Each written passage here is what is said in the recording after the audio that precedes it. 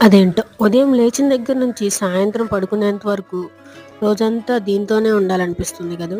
అదే మ్యాజిక్. దీని దగ్గర ఎన్ని ట్రిక్కులుంటే మన దగ్గర ఎన్నుండాలి? ఒక్కసారి అలా సరదాగా మన 90స్‌కెళ్దామా?